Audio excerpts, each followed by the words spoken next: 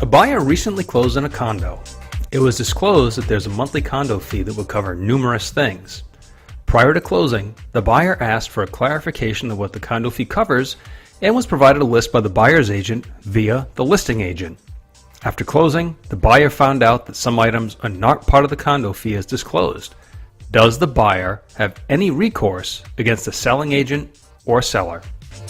This happens more than you think when it comes to condominiums and homeowners associations. Monthly fees can vary wildly, and it's up to the buyer and the buyer's agent, if one has been hired, to verify everything covered by the fees. A good source is the Condominium Documentation, which should ask for and review prior to signing a purchase and sale.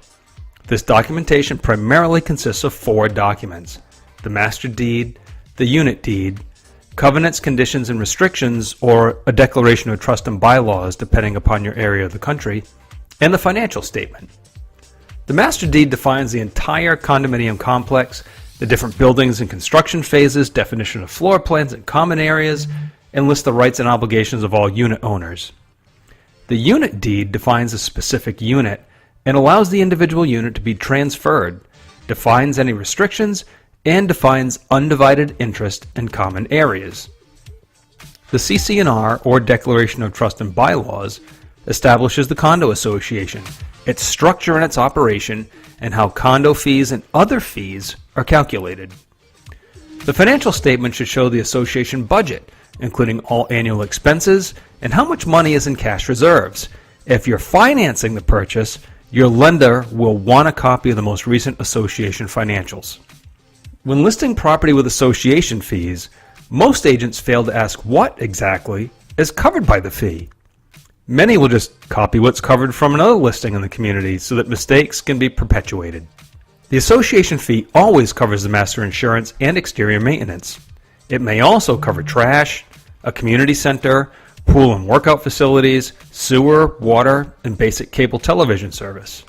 A good agent will contact the association for a list of everything covered, as well as the most up-to-date association dues for a particular unit, because many times the property owner doesn't know everything covered by the regular fee. However, a buyer should clarify all of this on his or her own with or without the help of a buyer's agent prior to signing a P&S.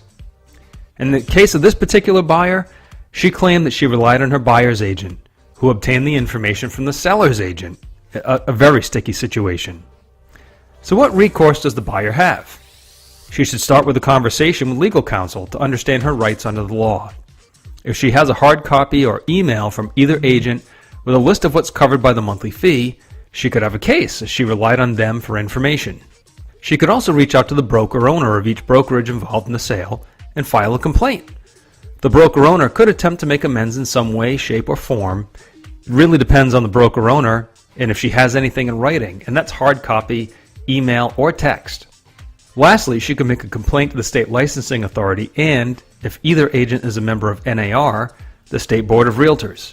She may have protection under her state's consumer protection law as well. In Massachusetts, it's called a Chapter 93A violation, which can result in treble damages to the consumer. As far as pursuing the seller for damages, unless she can prove that the seller knowingly and maliciously withheld information, that's likely a very tough path to pursue and requires a discussion with a competent legal practitioner. If you have any other questions, we're always here to help.